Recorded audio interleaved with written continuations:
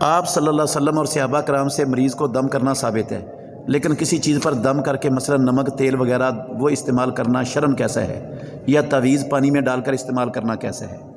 بھئی کسی پینے والی چیز پر یا کھانے والی چیز پر دم کرنا ٹھیک ہے، کوئی حرج نہیں ہے، کیا جا سکتا ہے، صحابہ سے ثابت ہے۔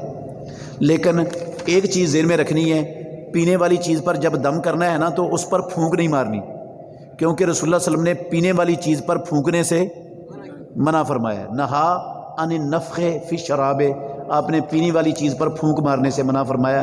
وہ نہ دم کے لیے پھونکنا ہے، نہ ٹھنڈا کرنے کے لیے پھونکنا ہے چائے کو، دودھ کو، اور نہ ہی کوئی تنکا شنکا ہٹانے کے لیے اس میں پھونک نہیں مارنی۔ پینے والی کسی چیز کو پھونک مارنی جائز نہیں ہے۔ باقی کھانے والی چیز پر پھونک سکتے ہیں، مریض پر پھونک سکتے ہیں، اپنے ہاتھوں پر پھونک مار کے مریض کے جسم پر پھیر سکتے ہیں، یہ ٹھیک ہے۔ لیکن جب مریض کے جسم پر پھیرنا ہے نا تو ایک ذہن میں رکھنا ہے، وہ مریض عورت نہیں ہو، عورت کے جسم کو ہاتھ لگانا جائز نہیں ہے۔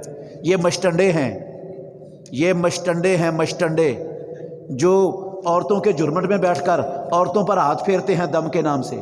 محمد الرسول اللہ صلی اللہ علیہ وسلم نے اپنی پوری نبوی زندگی کسی غیر محرم عورت کے جسم کو ہاتھ نہیں لگایا، پوری نبوی زندگی۔ اللہ کے نبی سے پاکیزہ سوچ والا، پاکیزہ ذہن والا نہ کوئی پیدا ہوا ہے، نہ قیامت تک پیدا۔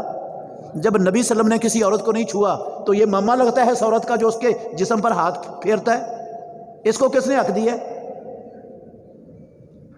اس لیے میں کہتا ہوں مشٹنڈے ہیں، یہ لٹیرے ہیں۔